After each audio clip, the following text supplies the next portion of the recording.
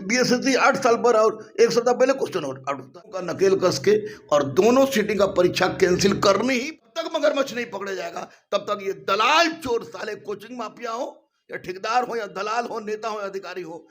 नमस्कार, आदाब, सत श्री अकाल। लाइव नेशन 7 में आपका स्वागत है। मैं शादाब मलिक। बिहार कर्मचारी चयन आयोग द्वारा तृतीय स्नातक स्तरीय पीटी की परीक्षा 23 और 24 दिसंबर को हुई, मगर प्रश्न पत्र लीक होने का मामला सामने आया। 23 दिसंबर के पहले सीटिंग की परीक्षा रद्द भी कर दी गई, मगर बाकी सीटिंग की परीक्षा अभी तक रद्द नहीं हुई है, जिसे लेकर लगातार आवाज़ जहां एक तरफ छात्र उठा रहे हैं तो वहीं गुरु रहमान भी लगातार छात्रों के हित की बात करते रहे हैं, आवाज़ उठाते रहे। हम उनसे फिर इस मुद्दे पर चर्चा करेंगे। हमारे साथ मौजूद हैं गुरु रहमान सर। लाइव नेशन 7 में आपका स्वागत है। बहुत बहुत शुक्रिया, बहुत बहुत शुक्रिया। नखरे वाला बेटा हो या डाइटिंग वाली बेटी, डायबिटिक दादाजी हो या वेजिटेरियन मामा जी, सबको मिलेगा उनकी पसंद का खाना बस एक क्लिक पर। Download Rail Restaurant app and get tasty foods on your seat. Sir, अभी तक कोई भी बीएसएससी ने डिसीजन नहीं लिया है। एक ही सीटिंग की परीक्षा रद्द हुई है।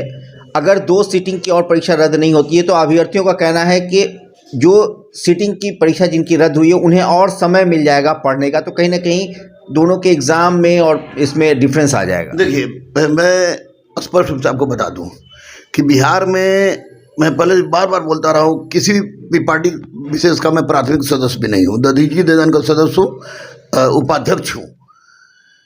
बिहार में शराबबंदी पर ध्यान है, बहुत अच्छी चीज़ है, इसको हम भी स्वीकार करें, सब लोग स्वीकार करेगा। अब पीने वाले पिए और अधिकारी जो नहीं पकड़ने वाले चोर हैं तो उनकी बात छोड़ दीजिए, उसमें मुख्यमंत्री का कोई दोष नहीं है। स्त्रियों को 35% आरक्षण देकर माननीय मुख्यमंत्री ने एक इतिहास नजीर कायम किया है।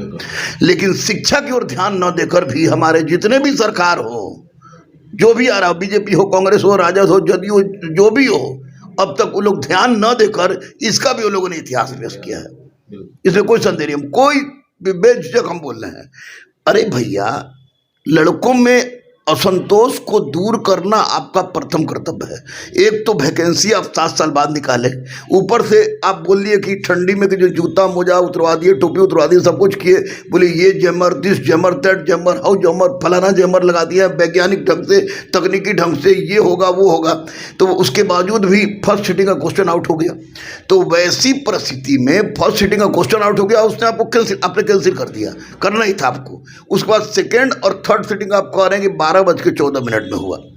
मेरा स्पष्ट रूप से माननीय मुख्यमंत्री से कहना है कि आप बच्चों के असंतोष को कम करने के लिए आपको खुद आगे बढ़ना चाहिए था। आयोग क्या करेगी? आयोग तो निकम्मी है। आयोग निकम्मी है? अरे 100% भैया, निकम्मी नहीं रही थी तो बीएसएससी 8 साल पर और एक सप्ताह पहले क्वेश्चन आउट होता। सचिवालय से एक साथ सर, इतना बीएसएससी पर परीक्षा ले, प्रथम इंटर स्तरीय किया, द्वितीय किया, अब तृतीय ले, लेकिन आप निकम्मी बोल रहे हैं, तो उसका क्या कारण है सर? परीक्षा ले लेना उपलब्धि नहीं है। सही ढंग से, पारदर्शिता के ढंग से, बच्चों के साथ इंसाफ करते हुए, बिना क्वेश्चन आउट किए हुए, कार्बन कॉपी देके, इंसर्ट सीट देके, क्वेश्चन देके अगर आप परीक्षा लेते, बहुत अच्छी बड़ी बात थी।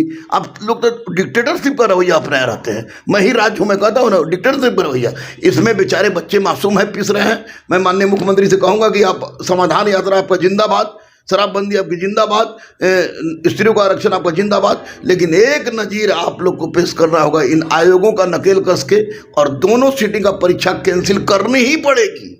अगर आप नहीं करते हैं तो बच्चों के साथ गलत कर रहे हैं, क्योंकि बच्चों के मन में असंतोष फैलेगा। अब देखिए, जिसका कैंसिल हुआ उसका 45 दिन 60 दिन बाद परीक्षा होगा, और बाकी दोनों लोग परीक्षा दे दिया तो वो सब बोलेगा सर, वो सबको जो कमी था वो तो हम ही कर लिया, सुधारने का मौका मिल गया। तो निश्चित रूप से बच्चों के साथ ये गलत हुआ है। इस पर आयोग पर तो हमको विश्वास नहीं है, थोड़ी सी विश्वास नहीं है, लेकिन माननीय मुख्यमंत्री और उप मुख्यमंत्री तेजस्वी जी, जो कि मुख्यमंत्री के पात्र माने जा रहे हैं, उन लोगों का फर्ज बनता है कि आज युवा दिवस है कि युवाओं के लिए कुछ करें या ना करें, शिक्षा सुधार दें और दोनों सीटिंग का परीक्षा कैंसिल करें। ये कैंसिल तीनों सीटिंग यानी होना चाहिए? बिल्कुल।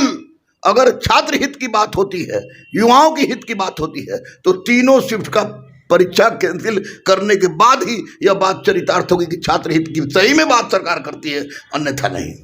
तो सर, आयोग इस तरह की गलती करता है और उसके बाद भी कोई ऐसा एक्शन सरकार के द्वारा नहीं लिया जाता है आयोग के खिलाफ, ये क्या लगता है सर कि सरकार बिल्कुल नज़रअंदाज कर रही है युवाओं को? अभी तो शिक्षा पर बिल्कुल नज़रअंदाज है, बिल्कुल नज़रअंदाजी हो रही है। 24 में और 25 में जब चुनाव है तो उस समय फिर युवा सामने चले आएंगे। वही अगर चुनाव 23 में होता तो निश्चित रूप से अभी पूरा परीक्षा कैंसिल हो गया होता। सरकार की नज़रअंदाजी है, तभी ना आयोग के अध्यक्ष और सचिव मनमानी कर रहे हैं, तभी ना क्वेश्चन आउट हो जा रहा है। ड्रोन से शराब खोजा जा रहा है, अच्छी बात है। जमीन के अंदर गड़ा हुआ शराब खोजा जा रहा है, बहुत अच्छी बात है, सैल्यूट है हमारे प्रशासन को। लेकिन चोर बैठ के क्वेश्चन आउट करा रहा है, उसको आप नहीं खत्म कर सकते हैं क्या? हम बात करते हैं। ऐसे भी कहा जाता है सर कि पुलिस अगर चाहे तो मंदिर और मस्जिद के बाहर से जूता चप्पल भी चोरी नहीं होगा। पुलिस की बात तो ये सही है, लेकिन सरकार अगर चाह जाए तो पक्षी भी पर नहीं मार सकती है, ये बात याद रखिएगा। यहाँ तो इस मामले में 100% आयोग की फेल्योरिटी है और उस फेल्योरिटी पर सरकार को ध्यान देना चाहिए, माननीय मुख्यमंत्री को, माननीय उप मुख्यमंत्री को ध्यान देना चाहिए। जिस तरह का नजीर इतिहास पेश किया है उन्होंने शराबबंदी और महिलाओं को आरक्षण देकर, उसी तरह का नजीर और इतिहास इस दिशा में भी पेश करना चाहिए ताकि बच्चे खुश हो। अगर बच्चे और युवा खुश हो जाएंगे तो निश्चित रूप से फिर कोई प्रॉब्लम नहीं है। सर बीपीएससी 67वीं पीटी की परीक्षा में भी प्रश्न पत्र लीक हुआ था। आर्थिक अपराध इकाई ने कई लोगों को गिरफ्तार किया। अभी भी जो प्रश्न पत्र लीक हुआ CGL 3 का, इसमें भी गिरफ्तारियां हुई।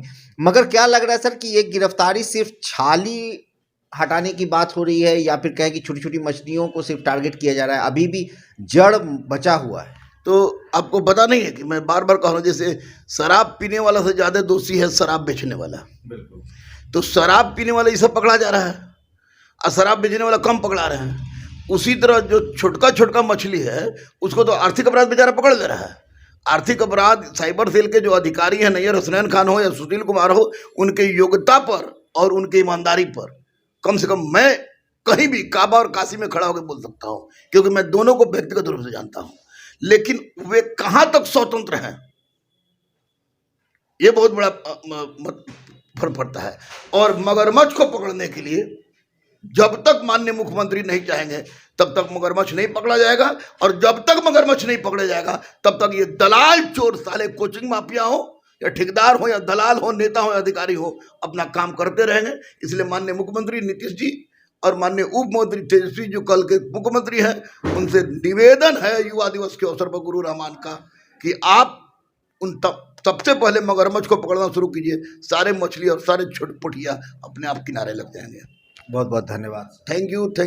तो गुरु रहमान ने साफ तौर से अपील की है न सिर्फ मुख्यमंत्री नीतीश कुमार से, बल्कि भावी मुख्यमंत्री जिन्हें कहा जा रहा है कि भविष्य में वो मुख्यमंत्री बनेंगे, वर्तमान में उप मुख्यमंत्री हैं तेजस्वी यादव, दोनों से उनकी अपील है कि वो मगरमच्छ को पकड़ने का काम करें। यानी जो शिक्षा के माफिया हैं उन लोगों की गिरफ्तारी होनी ज़रूरी है, क्योंकि अभी तक जो गिरफ्तारियां हुई हैं वो कहीं ना कहीं कमज़ोर गिरफ्तारी नज़र आती है। शायद यही वजह है कि 67वीं पीटी की परीक्षा बीपीएससी का प्रश्न पत्र लीक होने के बाद फिर इतिहास दोहरा गया और बीएसएससी ने जो CGL 3 की पीटी की परीक्षा ली उसमें भी प्रश्न पत्र लीक हो गए। तो इस तरह की खबरों के लिए आप बने रहे हमारे साथ, देखते रहे हमारा वीडियो। अगर अभी तक आप लोगों ने हमारे चैनल को सब्सक्राइब नहीं किया तो जरूर कर लें, साथ ही साथ ट्विटर हैंडल पर हमें फॉलो जरूर करें।